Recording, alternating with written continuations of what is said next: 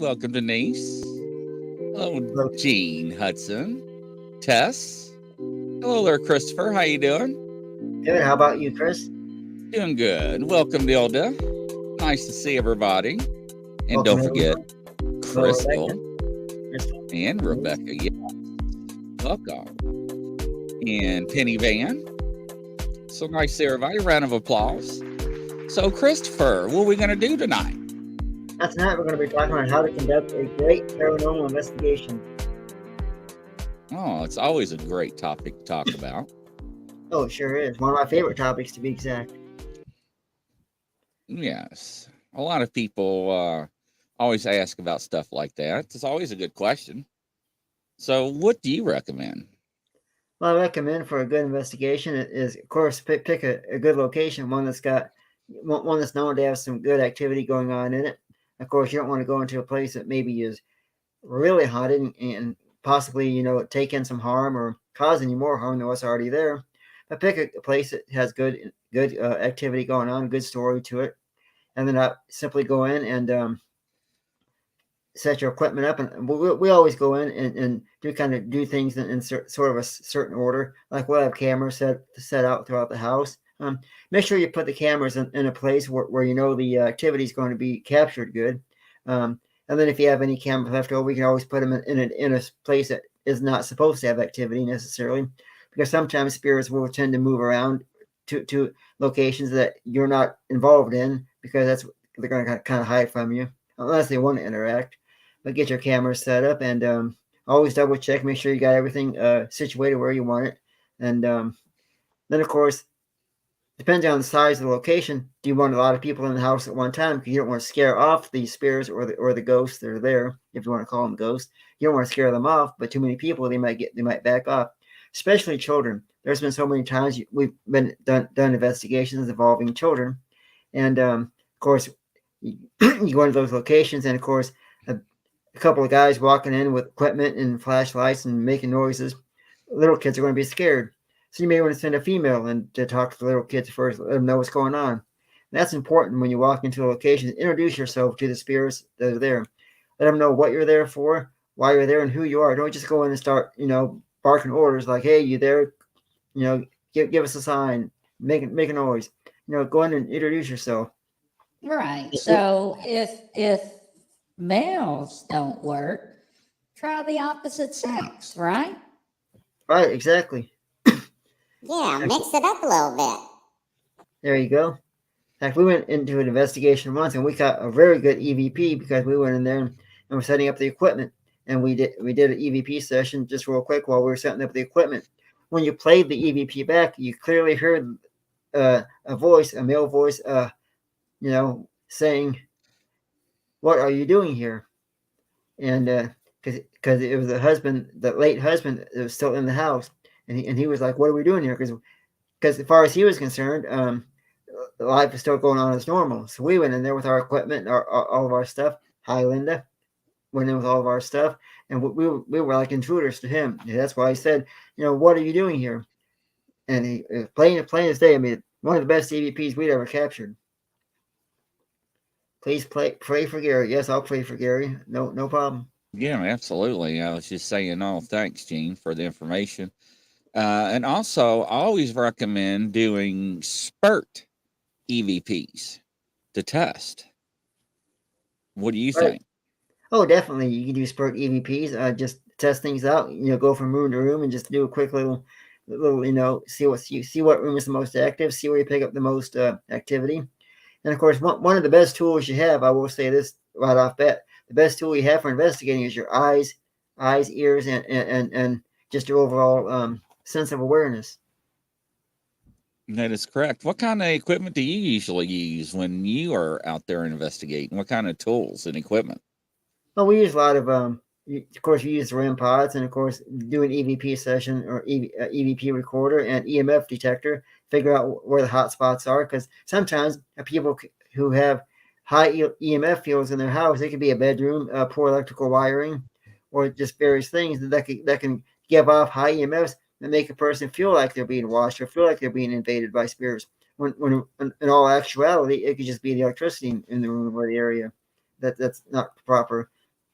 we've been in investigations where the electrical boxes were wide open or the circuits were not proper, and even simple things like paint cans and different toxic fumes that they may not have properly covered can give a weird sense of what's going on.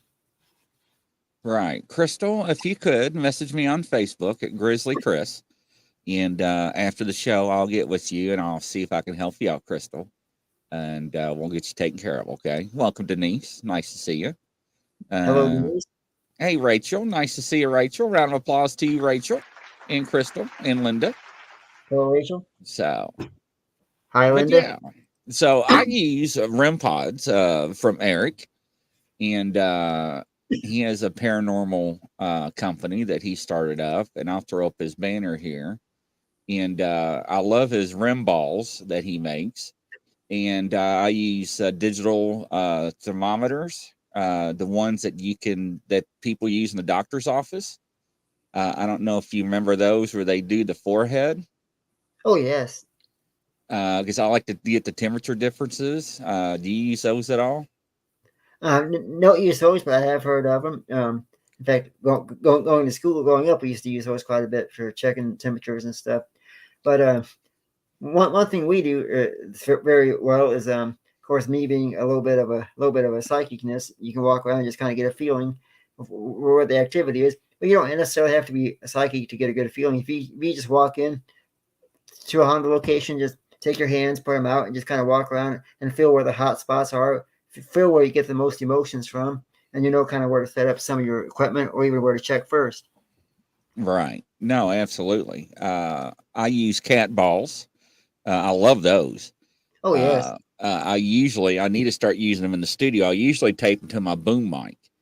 Welcome, D. Crosley, and the show activity, because I do have activity in the studio. I need to get my REM balls and pods back out. They are fascinating. They don't go off all the time, but when they do, it's interesting, right? Oh, yes. In fact, we did a location been a while back, but we use what they call a boo bear. It's a little bear that if you touch it, it'll talk to you and light up and stuff. And they lay on we had that laying on a bed, and of course we were down in another room, and you could hear the bear talking, so you knew something was interacting with it. And it's great for children because little children can play with that and just get a kick out of it, and gives you an idea what's going on. Another thing I always recommend is, like you said, trigger objects. Things maybe from that period of time, whether it can be coins, toys, tools, nails, clothing, shot glasses, tobacco. I mean, just a variety of things that you may want to try to interact with the afterlife. In fact, a couple years ago, I came close to doing a show called Ghost Loop with the Travel Channel, and they were going to come and set up old war era type memorabilia and set it up to be kind of like the old days, and see if they could capture activity on our property. And you can do that too if you have old objects that belong to the deceased, like maybe a wedding band or even a ring, or even just maybe a favorite pack of cigars, or even a favorite alcoholic beverage that maybe the husband used to drink, and lay it down, and they probably will interact with it because that was their favorite stuff. Poker chips, cards, playing cards. So yeah, try a variety of objects. You never know, because some things may work in some areas and some may not. You just don't know.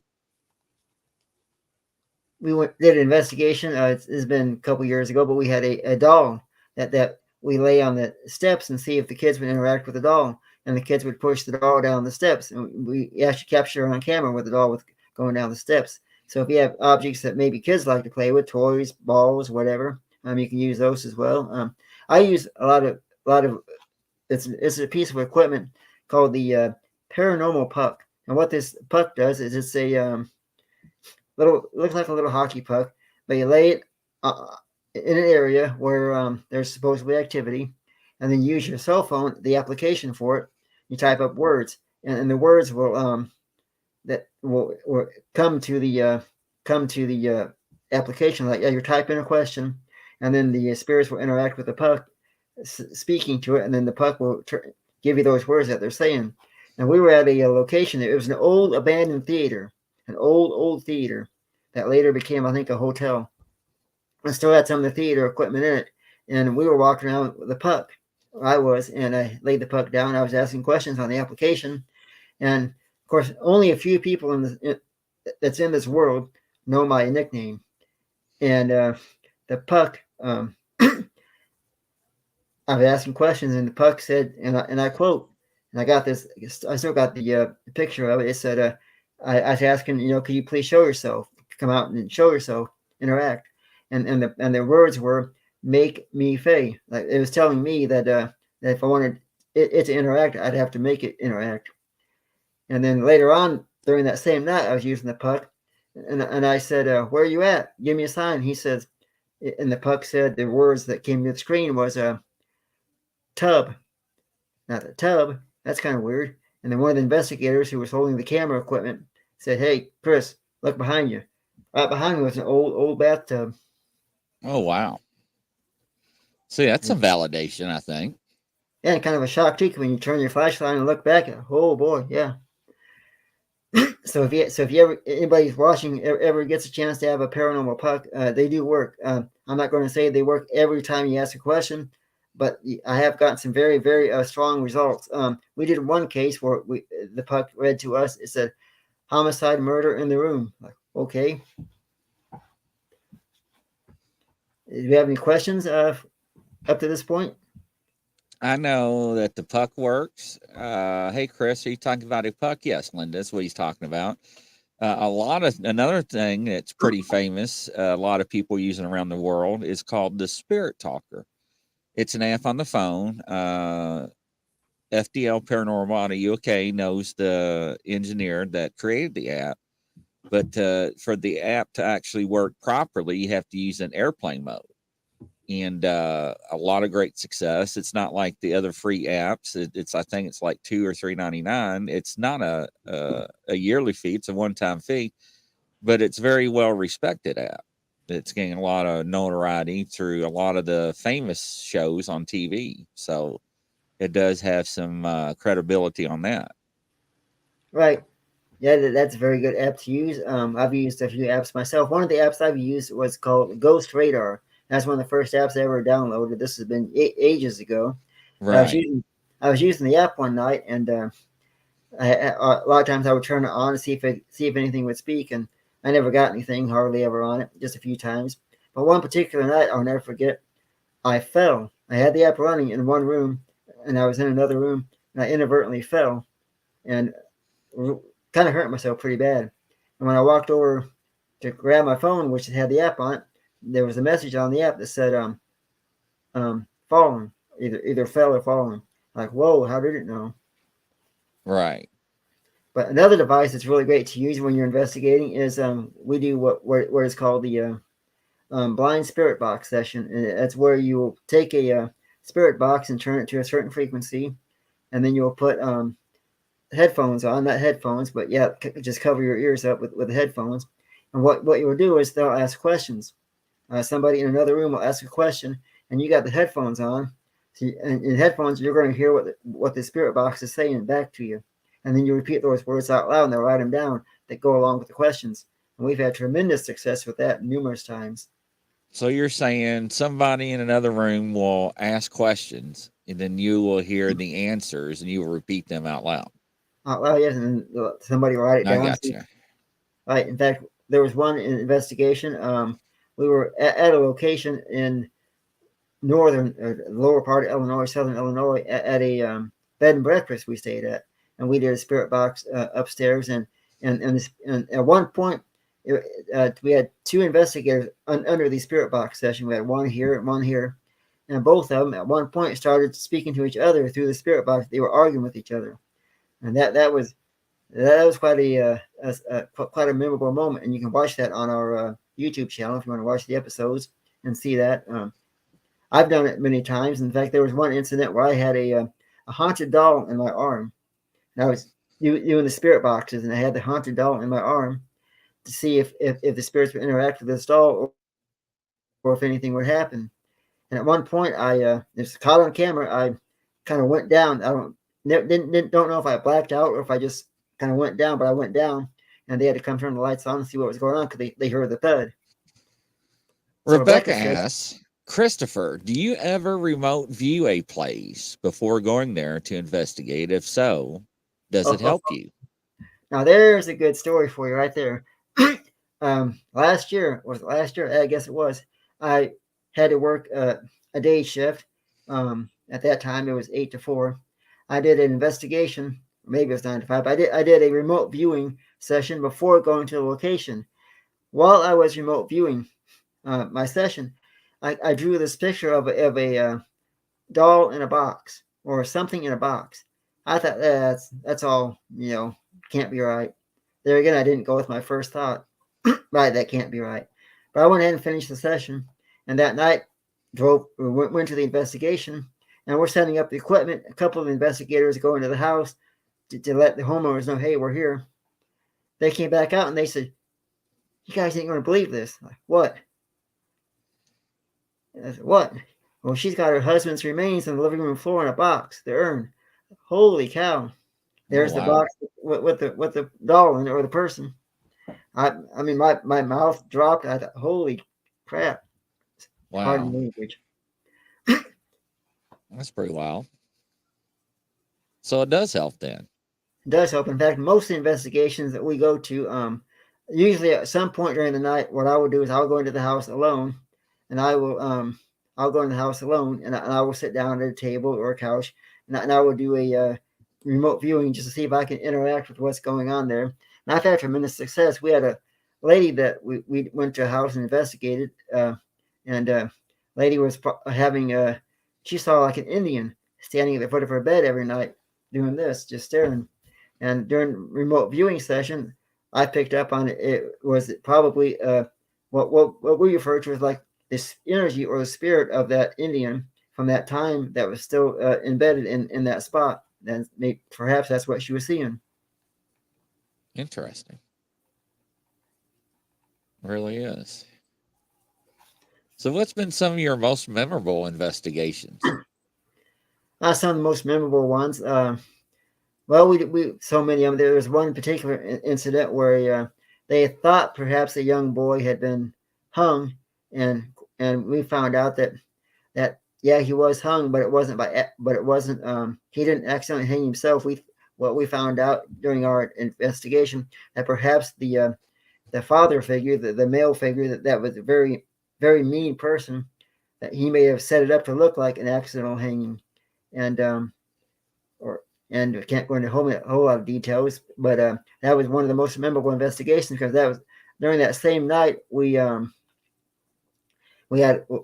was, when we knew it was a Bible that was sitting on a television stand that flew. We didn't capture this on camera, but you could hear it. It flew and hit the wall and landed on the floor, and it was a Holy Bible hit the floor, and that really shook us up. That was the highlight of the whole night, because whoa, they know we're there for sure.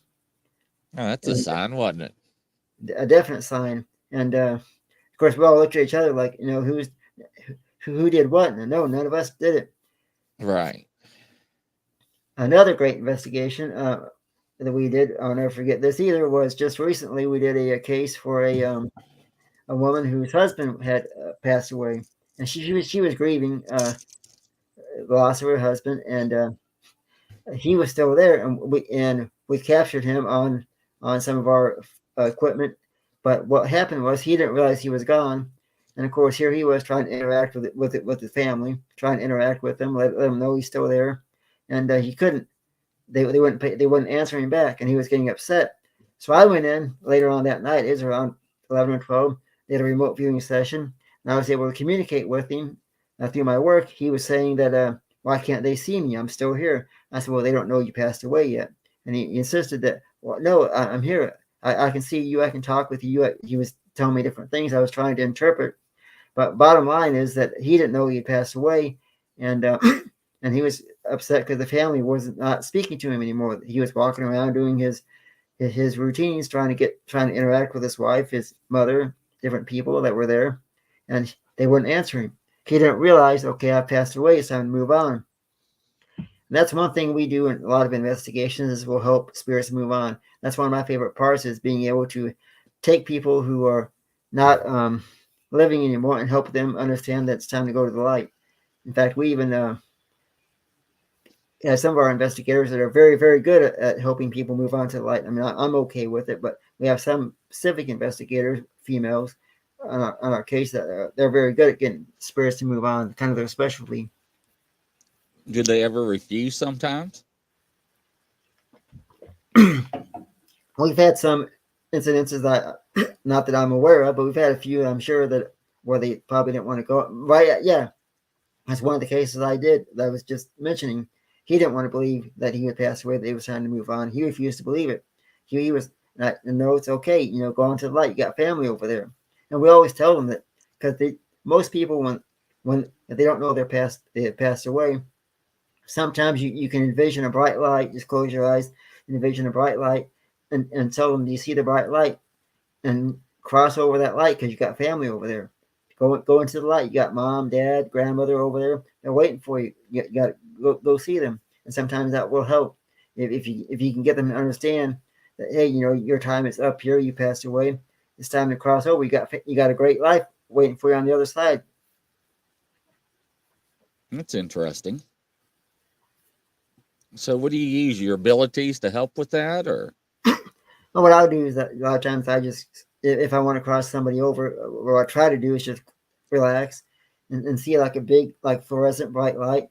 And then I'll tell the spirits, you know, there's a light, move into it. I'll try to get them to go towards the light. If I don't have any luck doing that, one of our other investigators can come in and she's very good at it. She can cross them over and use some of her abilities. Sometimes we work with other teams besides just the four of us. We have another team called Thinning Veil Paranormal. And one of those is a really good psychic, and she can get people to cross over and actually communicate, you know, really well. Linda says, I can see why astral projection is not ideal for cold cases, etc. I was not observant of critical details, and I could not write them down. The paper notes he attached to do are important. Just talking about your classes, it sounds like. Oh, yeah. Oh, yeah, remote viewing classes. Okay, I thought you said glasses. My fault. Yeah, the remote your viewing classes. Yeah. Yeah, if anybody who's listening wants to take my remote viewing classes, just send me an email at moveon.chris@yahoo.com. We'll get you signed up. Another thing you can do that's really great for investigations that we use tool-wise is, like I stated earlier, it's just simply your eyes, ears, and just your overall feelings, because there's so many times we've done investigations where we just sit back and not really use any equipment, just sit back and just get a feel for the room, and you'll see like maybe a shadow walk across.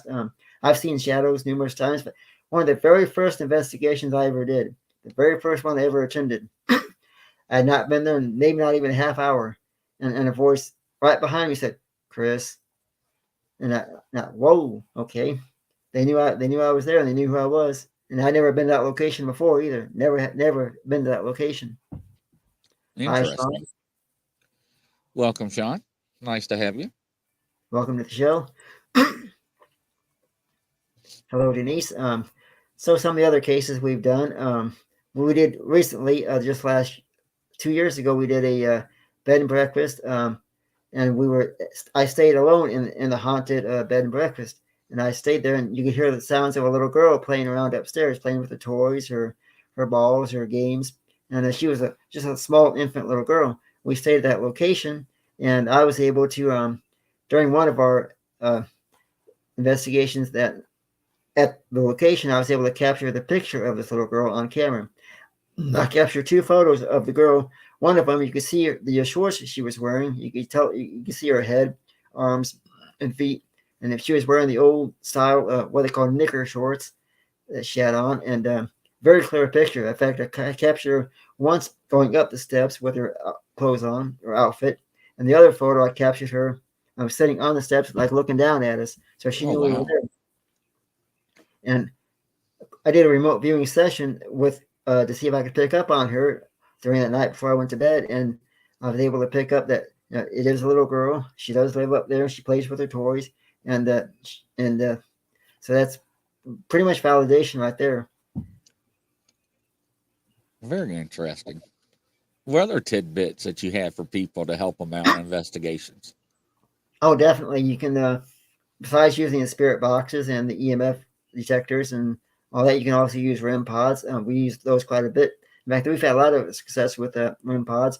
I just set them up in a corner or somewhere where you're not going to be walking because you're going to set it off. Just kind of set it up in a corner somewhere or where there's activity. Leave the room, and then what I would do is set it up. Let's say set it on in a bedroom where there's activity, and I would go maybe in the living room and talk to the spirits and tell them to come walk by the device.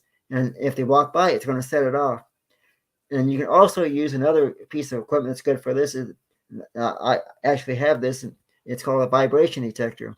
It'll pick up vibrations on the floor or just in general.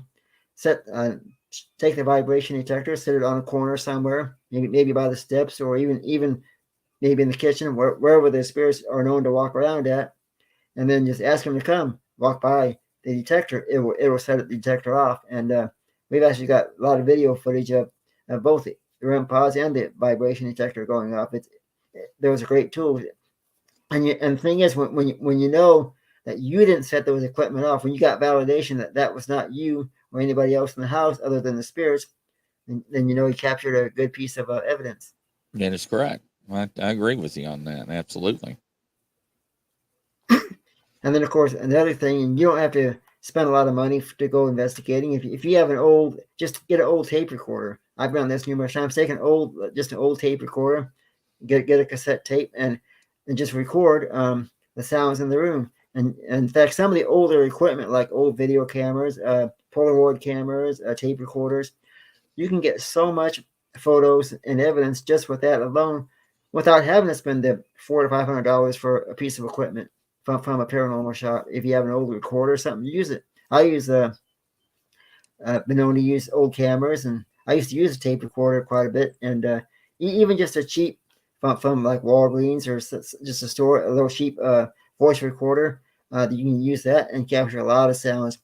One of the cases we did last year or a couple years ago, or was it last year? I can't remember now, but we captured over an hour or two of an old blacksmith down in his basement, or his garage, I should say, working. You could hear him beating on the Anvil.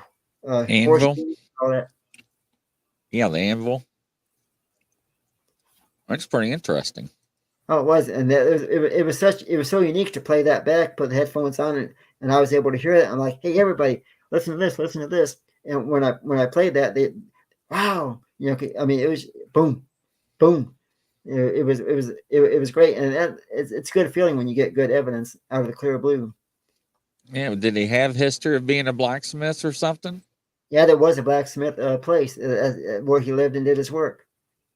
We even walked around his old like a barn area where he did a lot of his horseshoes and work. Oh, interesting. Yeah, so that is great validation. Really is. Hello, Tammy. Hello, everybody. Thanks for watching. In fact, some of the we got so much evidence during we were at this location for 3 or 4 nights, and we captured so much evidence, photos. I captured the photo of the little girl in the bed and breakfast where everybody else was staying at. They stayed in the blacksmith area. We captured so much there. In fact, we even got an EVP of a blacksmith calling us a ASS. Like, okay, we're sorry, we didn't wow. bother you, but yes, they do interact with you, don't they? Oh, they'll interact. They'll talk to you. In fact, you can just take a tape recorder or EMF recorder, whatever you have, voice recorder. Just sit back on the couch, go into a location that it's haunted, or even just your own home, and just talk with the spirits that are there. Just talk, and you don't have to be like loud or holler. Just talk plain as day. They'll hear you, and then just let it run for a while. Ask questions, play it back. If you sit down, just have a casual conversation for maybe a half hour or so, there's a good 80% chance you'll get something captured on that EVP recorder. Even if you don't think your house is haunted, you'll probably capture something. In fact, just a few years ago, I captured my image of my grandfather sitting in his chair at my home, in his chair having coffee and cigarettes in the same spot he was always in. Wow. So let's switch gears. And let's talk about what people watch on TV and think to recreate that when they go out and investigate. What do you think about that? Oh yeah. Hi, Linda. When you watch stuff on television, of course, one thing to remember is you're only seeing a 1 hour version of that 8 to 9 hours or 10 hours that they're there. It's all trimmed down. But they go to some excellent locations. There are a lot of locations they've been to. I would love to go investigate and check out. A lot of the old war places, battlegrounds, some of the like the old breweries, the old even some of the old like bars that they would go to, like the old saloons as they call them. Some of that stuff would be fantastic if I could go there and investigate. Now, do you like to provoke and scream and holler and cuss at them? No, I never go in and provoke or holler or scream. When I go in any location, I don't care if the location is supposed to be negative or positive. Either way, I go in and treat everybody the same way. Just a man-to-man conversation. Sometimes a person can misinterpret the anger that they're feeling from a house because maybe the spirit seems angry to that person, but it's not that he's angry at the person. Maybe he's hollering or touching that the person just misinterprets it because when you cross over, you can't walk up to somebody and go, "Hi, honey, just to let you know I made it," or "Just to let you know I'm still here." You can't do that. It's hard. So you might have to poke and holler and try to get their attention. And the person who's receiving that attention could misinterpret it as being something bad when overall it's not that bad. It's just they're trying so hard to get your attention that you feel like it's negative, or you feel like you're being punished or hurt. What do you think about smells and objects Oh, being misplaced and oh, found in different locations? oh, smells. Oh, yes, definitely. In fact, I've been known to smell my grandfather and grandmother both. I can smell her perfume. I can smell his cologne. In fact, just recently, it's been a couple weeks ago. I went upstairs in the middle of the night. I went upstairs. I was down in the basement doing some stuff. I went upstairs. Uh, I had this familiar smell that came over me all of a sudden. I thought, what is that? Immediately, when I asked myself what it was, I knew it was my grandfather's old cologne that they used to call Undeniable was the name of the cologne. And I Oh, that's recognized pretty that. wild. And there again, that clone was in the same spot where he used to sit and smoke his cigarettes and drink coffee because he always had that certain cherry sitting 24 hours a day almost. Penny Van says, I don't know about Christopher's details, but love to know what states he lives, works in, if it's okay to ask. Hi, Yes, Irene. Welcome to the show. I live in Illinois. I live out in the country, and I got a couple of different locations I live at, but one of them is the main house, and it's got 6 acres of land. So I've actually done some investigating So I've actually done some investigations out on our property as well. So that's pretty neat. In fact, on the property myself, I've been known to do a lot of photographs and catch tremendous orbs, bright orbs, reddish, dark colored, just so many different things, even EVPs a few times. That's interesting. In fact, we did one investigation. I'll never forget this. I did photograph for the investigation. I was doing lots of photographs. And I captured the portal where the portal was open, where the spirits were coming through, and we ended up closing the portal because of the photo I captured. We knew where it was. You can see the circle in the photograph, and so there's the portal. So we had to go and close it. Interesting. So, are there portals always around, or do they come and go, you think? I think it depends. I think some locations can have a portal open and stay open. Other places, I think it depends on if the spirits want to cross over, and if you invite them over too. And that's one thing I will stress: if you go to a location that doesn't seem to have any activity going on while you're there, don't bring anything to the location. Don't add to it. I mean, take care of what's there, what's going on. If there's nothing going on, don't make something happen. Don't open a portal. Don't invite things there that you don't want there. Because if you go to a location, start hollering or making noise and trying to get things to interact with you, if there's nothing going on, you don't want to bring anything there and make things worse. Are you talking about maybe manifesting things too? Yeah, you don't ever manifest things you don't want to deal with. Don't bring anything into your location that you can't handle or you don't want to handle. Only bring in positive. Don't bring in negative. Get rid of the negative and keep the positive.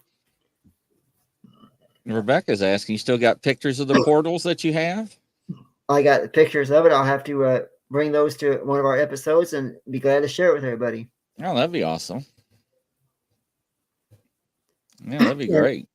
Sometimes I will say when you're doing photograph work, because I'm a professional photographer, if you take your camera and go through different settings and different levels, you do that. Like what I do is I go through and try different settings until I find the setting that matches that house. Because every place you go to might have a different frequency as far as what level the activity is on. When you can tap into that right frequency, then you can just get EVPs or photographs all night long. Yes, that is true. I do believe in that.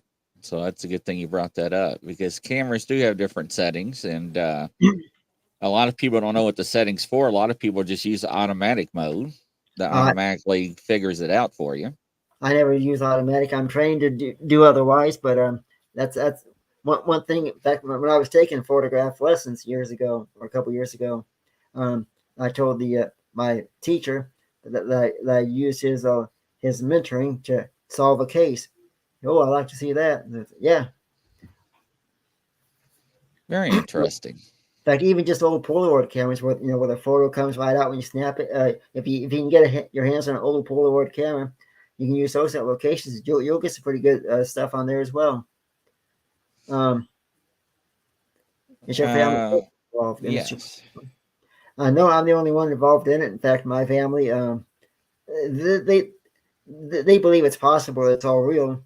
But they're not like on the bandwagon, like gung ho or nothing. No. Interesting. In fact, we've had people ask. I'll go ahead and mention this now. People ask, do we investigate graveyards and stuff?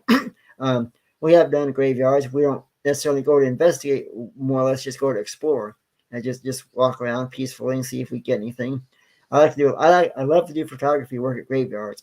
I'll never forget one case in particular. We're investigating a graveyard in a town called Pekin, Illinois. And I kid you not, one of the photographs. Okay, so I captured 2 photographs that night. The first one I captured, and this was still kind of in broad daylight. When you look at the photograph, you see the old war horse and wagon, and that was unbelievable. You see the old war horse. It was one of the best photographs I'd ever captured up to that point. What are your opinions on investigations using technology for photos? Just curious, like maybe Photoshop or. Yeah, you got to be careful when you look at photos that people submit, because they can Photoshop things to make things look like something's going on. Really, there's not.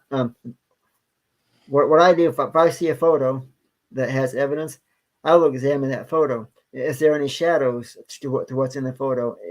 Does everything in the photo match up to each other? Does anything look out of place, or maybe like it doesn't belong?